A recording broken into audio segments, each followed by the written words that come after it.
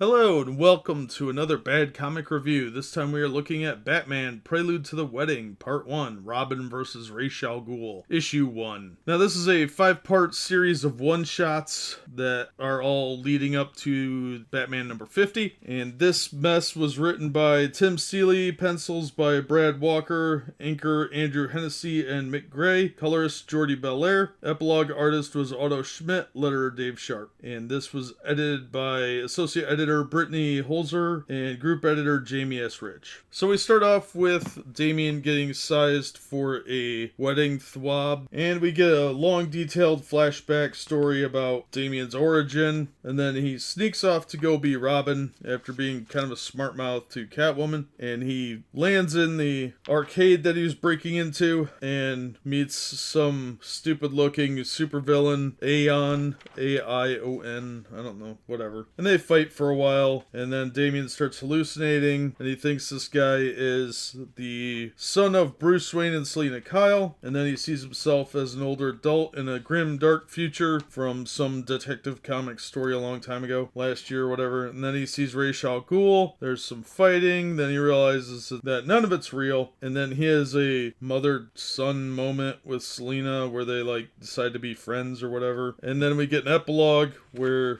Ra's al Ghul discovers a whole bunch of dead ninjas, and apparently the Joker murdered them all, and it was dumb. This issue was kind of boring. Elements of it were interesting. Okay, the kid's having some turmoil, like most kids would, but I didn't enjoy this issue. I thought it was kind of boring, and quite honestly, they're really overhyping this wedding thing, and this could have been handled in about 4 pages of one shot instead of 5 individual one-shots at $3.99 each. This felt like a money grab, and a very soft one at that. I did not care for it. I thought it was kind of boring. Cover art's garbage, and some of the interior art was pretty good, but overall, not really my style. This is a little too hit and miss for me, and I don't really like Damian Wayne to begin with. I thought it was going to be more actual Robin talking with Ra's al Ghul and then fighting, but no, that's all a clever lie. So I would skip this one. This is just another cash grab by a comic book company trying to make a few extra bucks when the sales for the industry are in the toilet. So I would avoid this. It's unnecessary to the main storyline, and it was kind of boring, so I won't recommend it, but that's just my opinion. And as always, thank you so much for listening and supporting the channel. If you liked the video, hit the thumbs up and consider subscribing so you don't miss future reviews, and we hope to see you on the next one.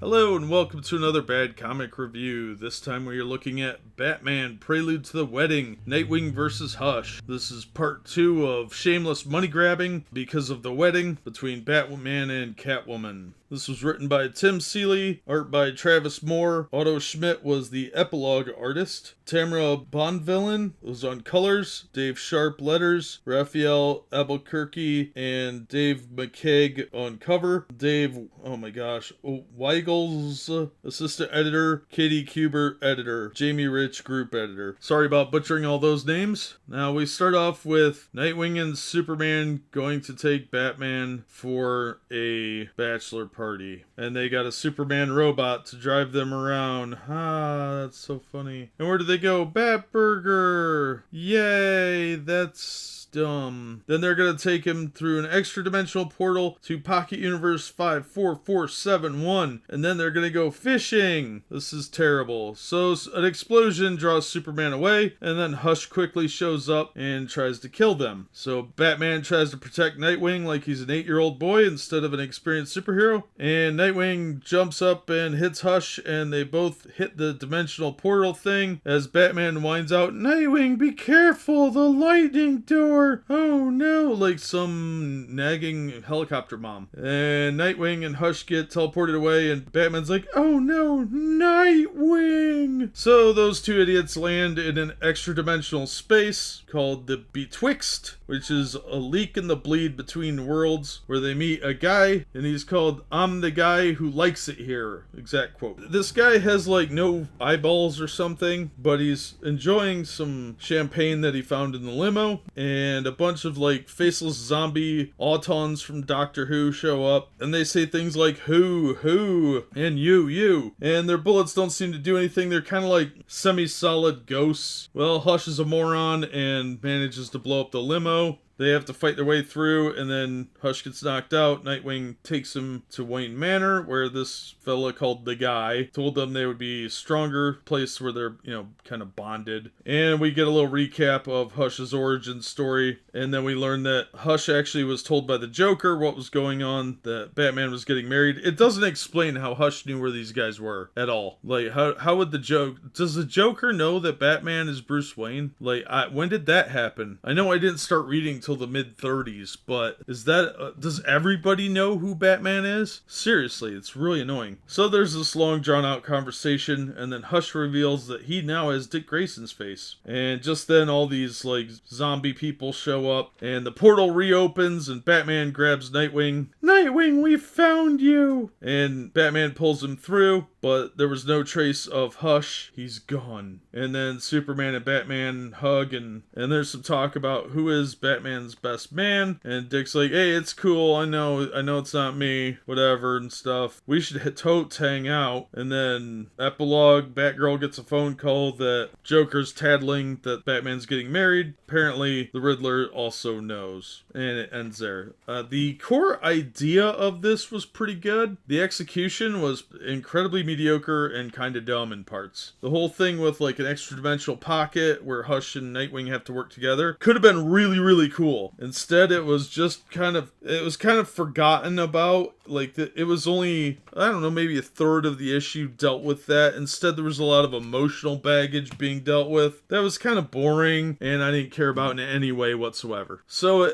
the concept there was really cool, but the whole, they're gonna go fishing, really? For a bachelor party? Okay. It's nice to know you're all boring 80-year-olds. Even 80-year-old men would probably go to the dance club or do something fun. I didn't care for the issue overall. It was pretty mediocre. I wouldn't say it was awful, but it wasn't good. And it was so middle of the road, it was forgettable, even though there was a really cool concept in there with this betwixt thing, which, they should use more of, at least in a couple issues somewhere. That could have been a really interesting story, but instead it kind of got forgotten in a rushed, forgettable storyline. So once again, Tim Seeley's got some cool ideas. They're just not fleshed out enough, and I think the editors really dropped the ball on this one. And this whole thing was just a ham-fisted money grab, and he probably had to do it the way he did, but I'm not going to recommend this one. If you find it for $1, maybe $2, okay, but overall it was pretty forgettable, and it was pretty silly. The silly elements outweighed the interesting parts. But that's just my take on it. As always, thank you so much for listening and supporting the channel. If you like the video, hit the thumbs up and consider subscribing so you don't miss another episode. And we hope to see you on the next one.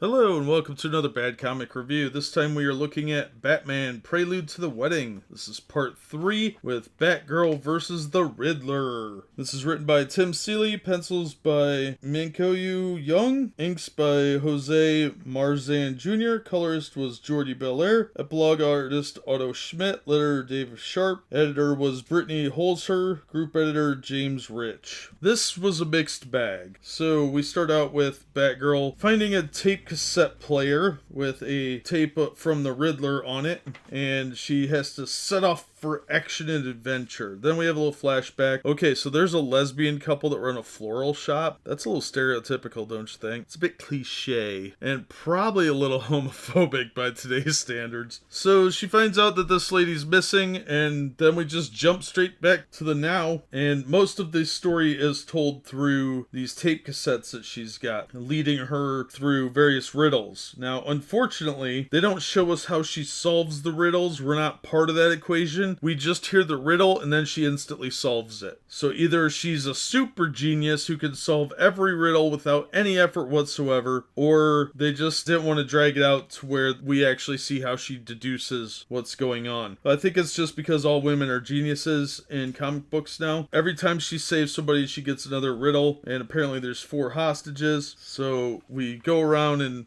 again, she just magically solves it. We don't see how she plots through it. That would actually be an interesting story, and we're not allowed to do that. This is a money grab. This is not a comic. This is a shameless cash grab disguised as a comic book. Well, eventually she catches up with the Riddler somehow.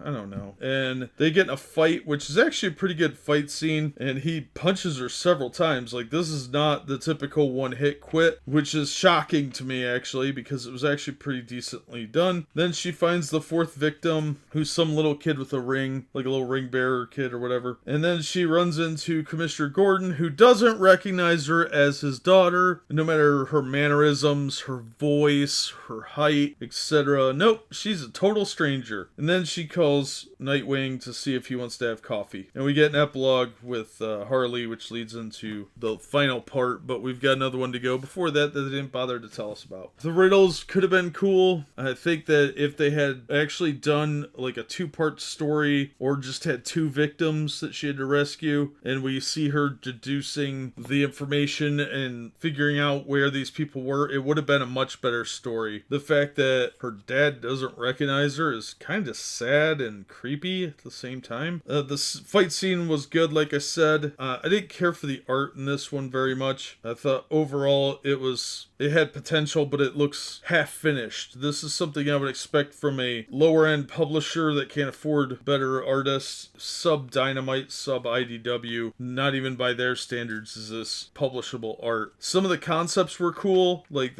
how the victims were being held. It could have made for cool riddles, but there just wasn't enough space to go into that. If he had just done 2 people instead of 4, I think Mr. Seeley could have expanded on it and walked us through what Barbara Gordon was doing, but that would have involved better storytelling, and these are cash grabs, like I said. So I would not recommend this. Again, we've got another one where the concept is better than the execution, much like part 2, which would have made an interesting story on its own in that case too. And I think Tim Seeley's got good ideas, but either constraints or a lack of willingness to take risks is holding him back. In this case, I think that it was actually constraints to pump out a one shot and try and grab some cash for the company. So I would not recommend this. These are just so far pretty at best mediocre. If you find this one for $1, it might be worth it, but I don't think so. I would just skip this one. But that's just my opinion. As always, thank you so much for listening and supporting the channel. If you liked the video, hit the thumbs up and consider subscribing so you don't miss future reviews. And we hope to see you on the next one.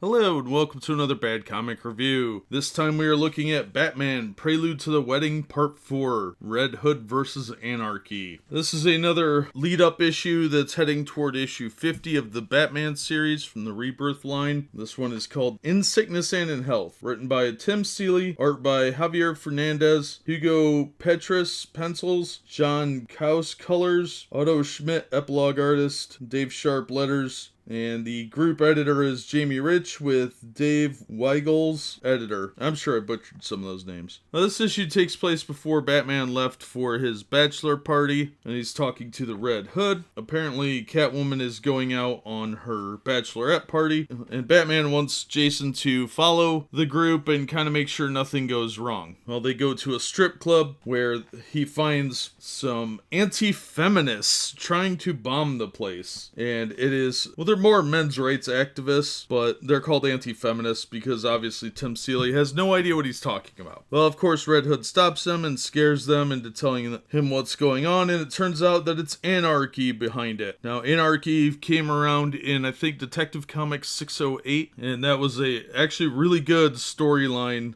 He was just some mixed up kid who was real into being an anarchist. And now he's a hacker, an internet celebrity, and self-described vigilante with socialist populist political leanings, according to this. I'm quoting that. Artemis volunteers to go help Jason because she would like to meet an anti-feminist. Ooh, way to virtue signal there, Tim Seeley. There apparently Anarky was setting up some kind of group meeting. Jason thought they were all going to be like anti-feminists, but they're not. It's actually a amalgamation of different groups. So it turns out that Selina's going down to Butcher's Block to relive some childhood obsession with crappy dance clubs, and that's where Anarky has assembled his people through his internet connections or whatever. And this is really just Anarky getting back at Batman. Jason says, look man, as far as I know, you're just some mixed up hacker with a bad case of white liberal rage, which actually I thought was kind of funny, but it still doesn't even out the like heavy virtue signaling that's going on in this book. So Anarky tries to observe order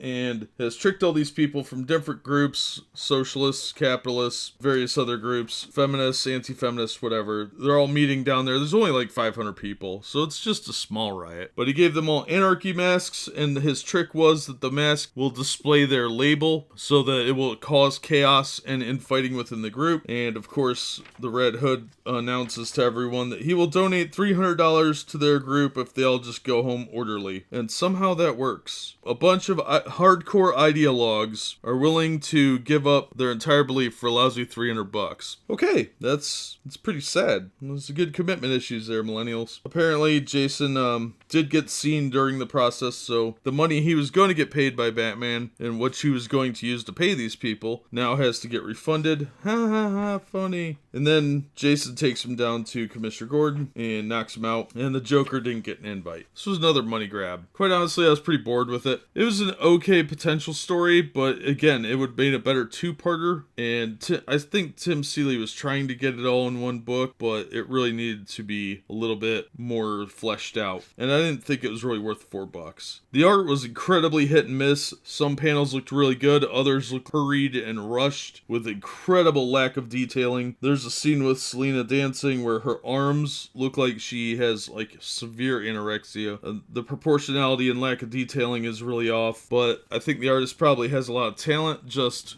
needs to commit more time to actually making the characters look like people and doing more of the fine detailing. So this was a miss for me, but it was definitely one of the better ones of these preludes. I do like Anarky as a character too, and the plot actually was pretty good. It just was too rushed, too short, definitely needed to be stretched out more. But that being said, I'm not going to recommend it unless you find it real cheap, and I definitely don't think these books are worth $4. I think they're just money grabs, and I don't support that sort of thing. They're really playing up these events lately, and it's really annoying. But that's just my take on it. As always, thank you so much for listening and supporting the channel. If you liked the video, hit the thumbs up and consider subscribing, and we hope to see you on the next one.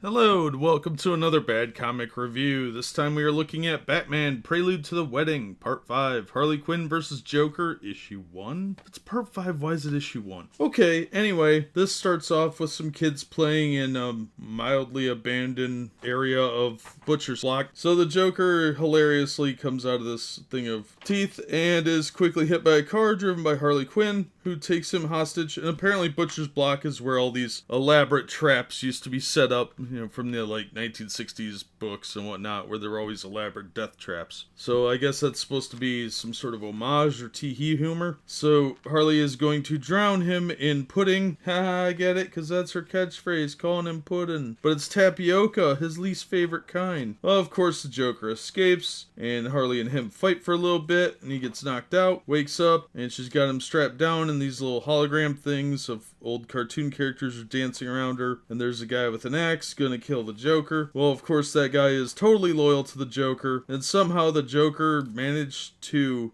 install his own illusions at this place. I don't know. I don't get that at all. I don't know when he had time to maybe he cast mirror image. I don't know. But then he manages to knock her out and leaves her, and then finds a gun somewhere, a big revolver, and ends up at a church where this leads into Batman 48 and 49. Okay, whatever. This mess was written by Tim Seeley, art by Sammy Basri, Jessica Colleen on colors, Otto Schmidt, epilogue artist, Dave Sharp, letters, Raphael Albuquerque did the cover, Dave Weigalzo, something, assistant editor, Chris Conroy, editor, Jamie Rich, group editor. And I have to say, I didn't like the art style. Thought it was lazy looking. It's definitely digital art, which generally doesn't come out real well, in my opinion. There's very few people can pull that off. And it has a very manga influence, and it just looks incredibly lazy. There's not a lot of background details. Everybody looks odd, and they can't draw mouths. But nobody can seem to draw mouths anymore. For me, this was just another cash grab in a series of cash grabs for an event that they're overhyping, and I was bored with it, honestly. It was just kind of a non-story. I guess a lot of Harley Quinn fans probably be upset with me for that, because it's the first time Harley and Joker have really interacted in a long time, and Harley's now a good guy, I guess. Whatever. It was boring. It wasn't funny. Joker wasn't funny. He's usually cracking jokes or something, but he seemed kind of out of character in this one, and I was just not interested in anything going on. Good for Tim Seeley for getting paychecks for these books, because at best they were mediocre, and at worst they were total garbage like this one. This is a waste of money. It was $4 that you're never going to get back. These books aren't going to be worth anything, I don't think. And they will be reprinted in trade paperback. I don't know why. I'm sure somebody will want them, but to me this whole thing has just been a big event story where they're going for money and not trying to actually entertain us. I would definitely pass on these books. I think they're just shameless money grabs, and DC should be ashamed of itself for this whole event. But that's just my take on it. As always, thank you so much for listening and supporting the channel. If you liked the video, hit the thumbs up and consider subscribing, and we hope to see you on the next one.